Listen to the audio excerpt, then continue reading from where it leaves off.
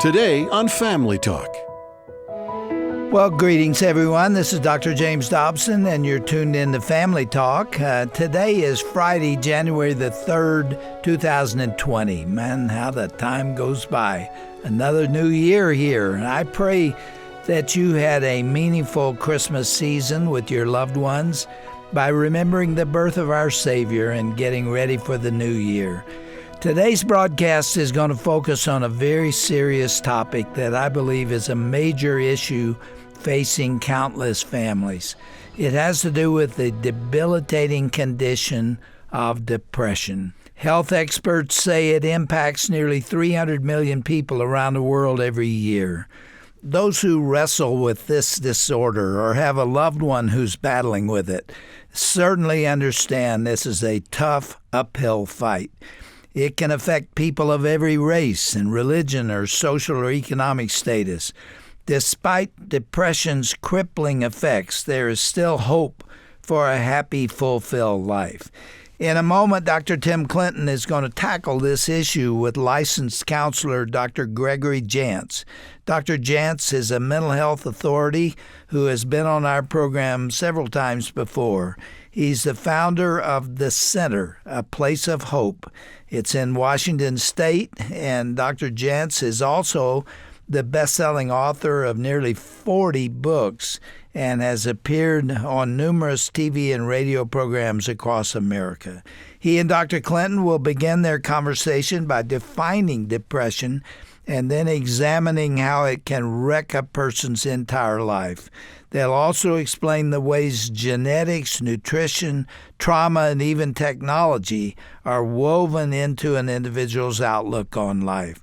There's a lot of content to get to, so listen now to this pertinent interview on this edition of Family Talk. Dr. Jantz, thank you for stopping by and being a part of Family Talk. I really enjoy seeing you and doing this. Greg, as we get started, the CDC, the Center for Disease Control, Yes. says that depression is such a major health concern in the world that globally it is only going to be second to heart disease as the issue that we're facing by 2020. Yes. So we're right there. And it globally was the key word because the World Health Organization says it's right now the number one disability. So they're saying this is a worldwide problem, and we need to talk about what's really going on. And no doubt, maybe you've gone through a dark season, struggle with some Right. depression. Certainly everybody listening knows someone If it's not that you, they you think know are somebody. depressed. Yeah? Absolutely. And the greater concern too, Greg, is the hopelessness that seems to come with it. I think people are really concerned about suicide. Yes. This whole thing, especially with our kids. Greg, Well, it's terrifying. Two trends that we are seeing with depression: 12 to 17-year-olds coming in or needing help for depression, reporting they're depressed, reporting they're anxious. Our kids. And they're kids. And we're also seeing for the first time men 50 and older who are seeking help for depression. It's also the fastest growing age of suicide among men is 50 and above. Wow. Greg, let's just kind of step back and kind of look into this for a moment. We'll peer into it. What are some of the signs of depression? How does a person get diagnosed as having depression?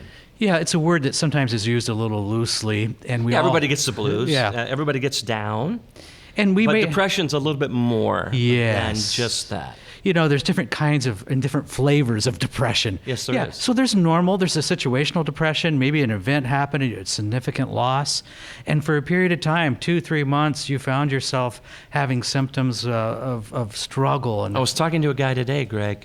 His dad died not long ago, and man, I could see it in his eyes. Yes. He's still, just really Absolutely. down in his spirit about losing his dad. So working through grief would be an issue related to depression. So there's situational depressions, life events. All of us will have those. But then there's a kind of depression that doesn't go away. If we look on a scale, this is that deeper depression that after a while we start to lose a little bit of touch with reality, and we start having thoughts like, well, maybe it'd be better off if I'm not here. And so there's a significant, what I'll call a red zone depression. And this is the person, they're totally isolated. They're not engaged with others. They probably are doing some form of self-medication, alcohol, misuse of prescription drugs, maybe even digital addiction. So they're doing something because this depression is not going away. Usually, sleep is affected. We see a lot. Could sleep too much or too little? Too little, either extreme. I used to be involved in sleep research, and we would study different sleep stages. And when you're depressed, you have condensed time in certain sleep stages, so you never feel well, you never feel rested. So depression is going to affect the whole person. Sadness would fit in there. Sadness would fit in there. Lack of energy, maybe? Lack of energy and appetite.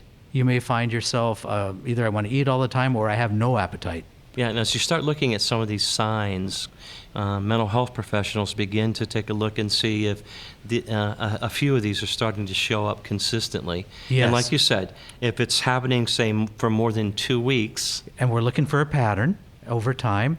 Now, some people may cycle into depressive modes. There's other kinds of depression. We hear the term bipolar.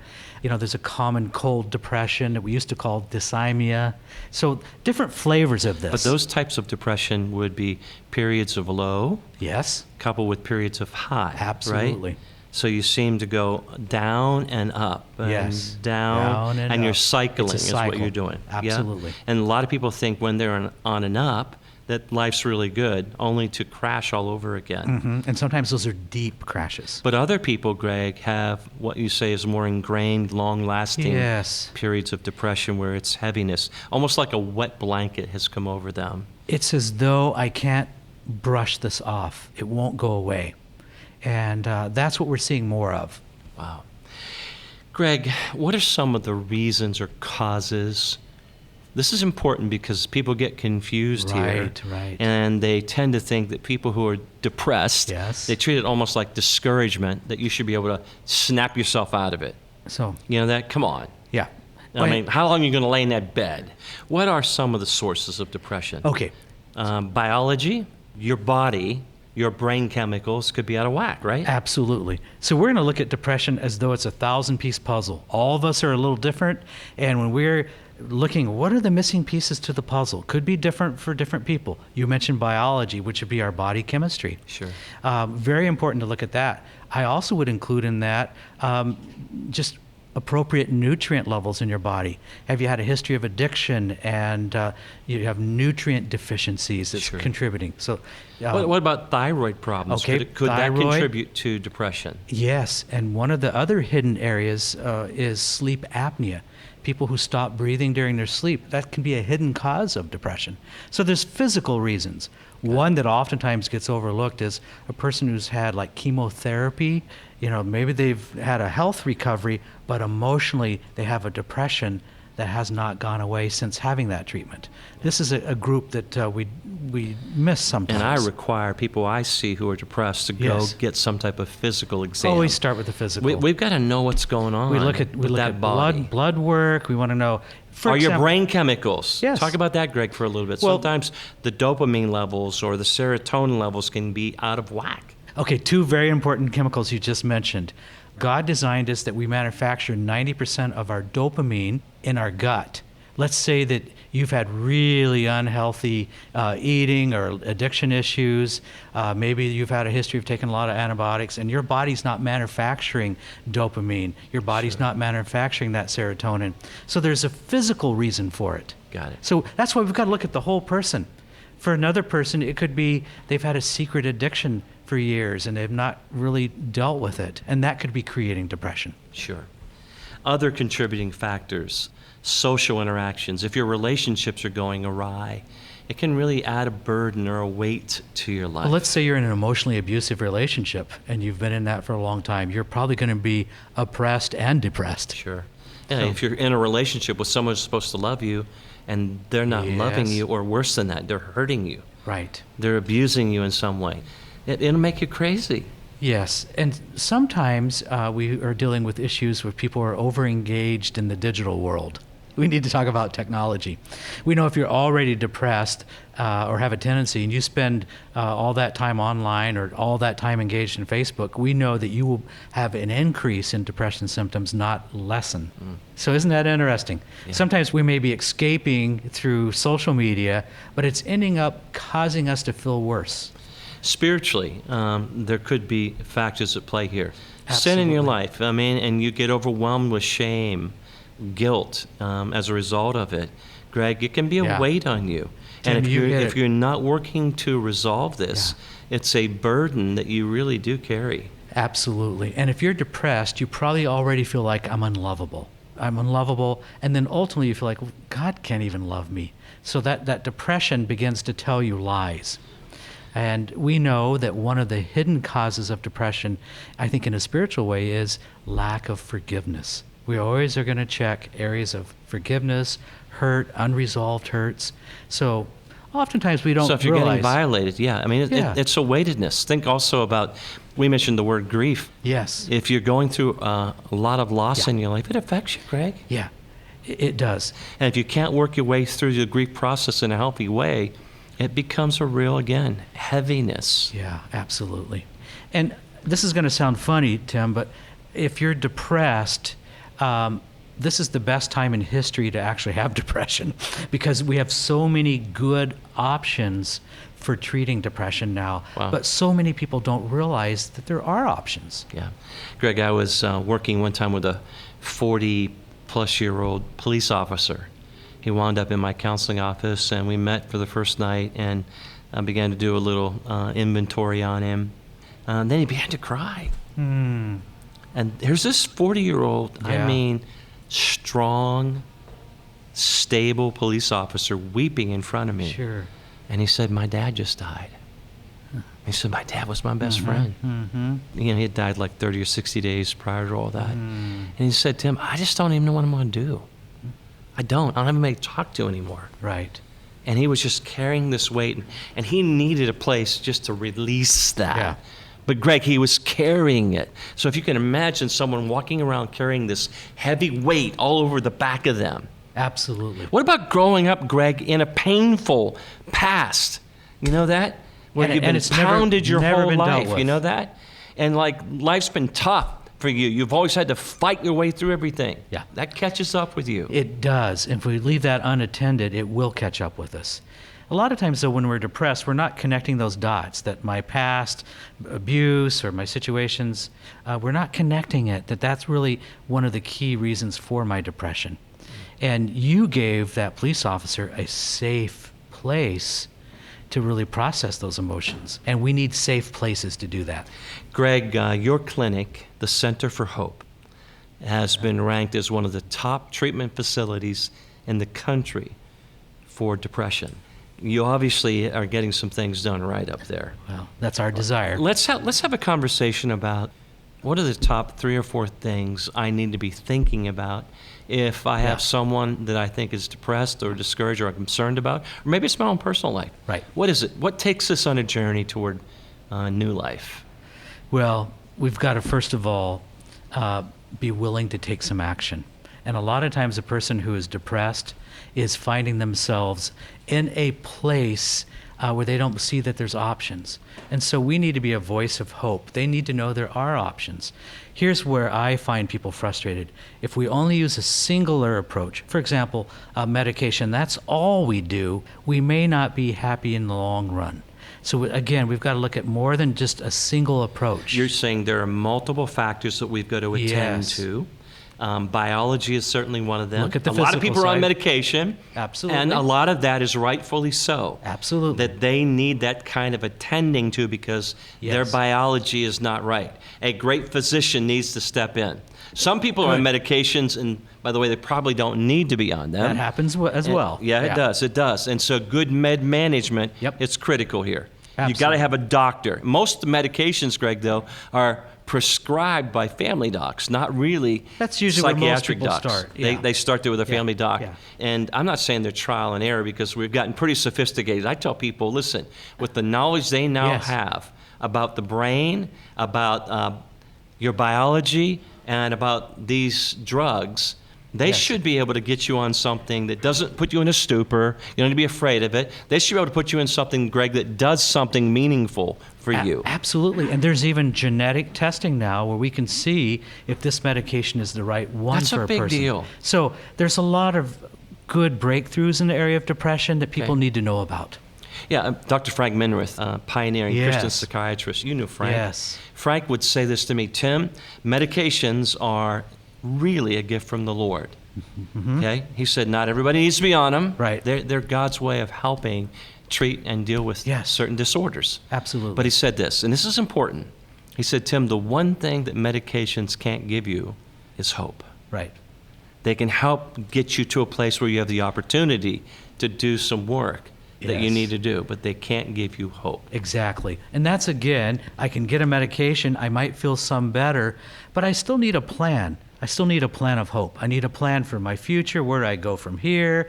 And so that's an important piece. Plus, a medication can't resolve unforgiveness. A medication can't cause you to suddenly heal all those past years of abuse to your body.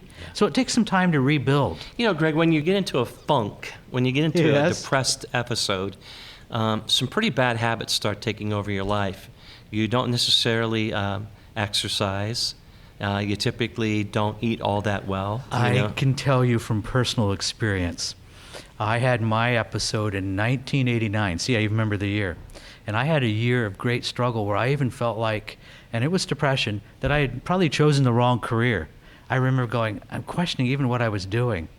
And I couldn't wait to get home and have my half gallon of ice cream, you know what I'm saying? No, we start to do People unhealthy call it coping. comfort food. Yeah. Yeah, it's a way we, quote, are soothing ourselves. Yes.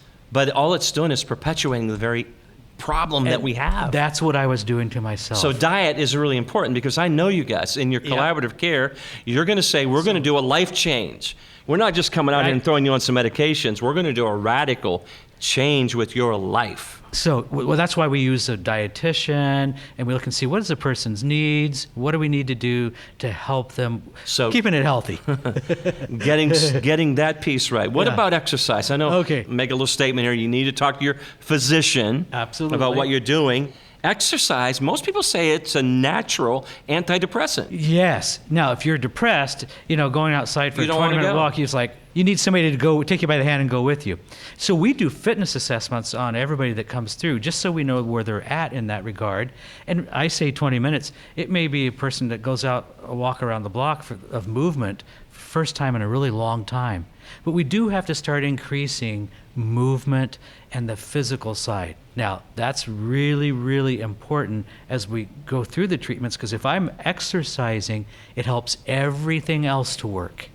You're listening to Family Talk, a production of the James Dobson Family Institute. I'm Dr. Tim Clinton, your host. In studio today with me, Dr. Greg Jantz. Dr. Jantz is a real leader in the area of mental health and the treatment of depression. He's also a good friend of the ministry, of Yes. mine, and we always appreciate having him here in studio with us. We're talking today about depression. Hey, if we can be of help to you in any way, that's why our organization exists. We want to pour into your life, into your relationships, into your relationship with God. Would you visit us at our website? It's simple, drjamesdobson.org. drjamesdobson.org, or call us. You can call us toll free right now, 877-732-6825. That number again, toll free, 877-732-6825. Dr. Jantz, as we come back to our discussion on depression and breaking free, we talked a little bit about biology and getting some treatment. And most treatments, by the way, are coupled with medication and psychotherapy or counseling to deal with some pretty ingrained stuff. Yes. In addition, you guys have a very holistic way, which I think is the right way. Sure. And that's you're looking at every sort of lane in this person's life. You're looking at their diet. You're looking at their exercise regimen. You're looking at the way they think. A lot of people in depression start developing stinking thinking, is what we call it. And it's that mind place can be very free. Yes. It can be very beautiful, creative, or it can be very dark and confusing and kind of lost, Greg. And how do you help people break out of those negative patterns, because usually when you're depressed, it piles up. And then you've got the father of lies. We know him as the father of lies, who's grinding on you, wanting you to think that God isn't there for you, that the world doesn't care about you. And that God doesn't love you, and you're not lovable. Greg, what do you do? How do you speak into that? We've talked about addressing some of the physical issues. So we've got to get a person feeling just a little bit better so they can even concentrate. Depression can rob your ability to concentrate, to focus. Oh, sure. And Greg, sometimes you ruminate it. I mean, your brain, it's just like it goes on stuck. Yes. And you can't get over it. And it's just like playing over and over and over and over again. That rumination stuff is scary. Oh, it is. And we also got to address the sleep issue. Start to improve some sleep. And it's interesting what happens is we can, if you will, teach a person the truth about themselves. We can do that through Scripture, and we have different ways that we even have a person meditating on God's Word, but they got to get to a point where they're really able to do that. We also know that if I'm going to deal with the old baggage of maybe unforgiveness, guilt, shame, anger, hurt, that a lot of times then my thinking starts to transform because I've had toxic thinking because of lies maybe I'm believing from the past. Yeah. Greg, that battlefield for the mind, it's such a challenge. And we need to learning little things like thought stopping. Listen, Tim, you got to stop thinking that Absolutely. way. You know that? Yeah. And in thought stopping, what it means too is that you've got to replace that thought. Yes. You don't just stop it. You've got to put something in its place. We call that thought insertion. Yep. So Paul in Philippians 4:8 said, whatsoever things are just, lovely, of good report, and more meaningful, healthy things. Yes. He said, think on those things. And we may do something really simple, like put a verse or the truth statement on a 3x5 card, and it's in the pocket. And every time you start to have those stinking thinking, you're going to pull that out and just begin to tell yourself what the truth is. You may not believe it at first, but I want you to reestablish a new pattern of thinking. So that's just one little thing you can do. I love that, Greg. And then one of the greatest challenges I know, and we're fighting time here, is to get people to start doing things again. Typically when you're depressed, you stop going places. You stop going to church. Yeah. You're isolated. Yeah, you stop calling your friends. You stop having simple conversations. You don't go to your kids' games anymore, et cetera. Things that used to give you life. And so in my mind, it's like depression is a theory of disengagement. If you really think about this, and the way to overcome it is you've got to figure out how to re-engage into your life, Greg, and it's hard to do. It is. It's best done with someone or some accountability program in play, Greg, because if I'm depressed, it's going to really be hard for me to do that. Yeah, I may have good intentions, but have a hard time follow through. Yeah. So the accountability, you just said it, is an important piece. Dr. Jantz, would you address the audience if this is striking a chord with someone today, and they're saying, that's me. Yes. I'm battling. I've been crying out to God. I'm hoping things will get better, but I'm like a kid on a bicycle. You remember when you were a kid, you used to ride your bike and close your eyes and see how long you could keep them closed before you opened them? But we're closing our eyes thinking when we open them, everything will be different. Yes. And it's not getting different, Greg. Here's what I hear so often. I hear people say, I wish I wouldn't have waited so long. So my word today is don't live with any more regret. You don't need to. Use today as that turning point. Maybe it's just gathering more information. Maybe it's making a phone call. But use today. And I can tell you there is hope. I know it personally, and I see it in the lives that we work with. You can do this. And hope comes when we have a plan. So let's begin to make a plan today. Take an initiative and follow through today with getting more information. And I want you to hear this. God's not mad at you. No. God has not abandoned you. And all is not lost. Yeah. As long as you have breath, there's an opportunity to turn it around, Greg. Yeah. And you're right, taking that first step. Maybe it's a phone call. Maybe it's a text message. Maybe it's a quick email and just say, you know what? I need some help. Yeah, I need help. So don't live with regret. Again, most of the often people say, I wish I wouldn't have waited so long. And the exciting thing to us as mental health professionals is this. We know that when people seek out mental health care, about 80+% of the time, they're getting the kind of help they need. Yes, I just want to say it is possible. Change is there. Yes. Dr. Jantz, thank you. We're going to have to keep this kind of conversation going on. You know why? Because I believe that's where people are. They're looking for answers. They want relief. Absolutely. And they want help. And they want hope. Thanks for bringing that to us. Good to be with you today.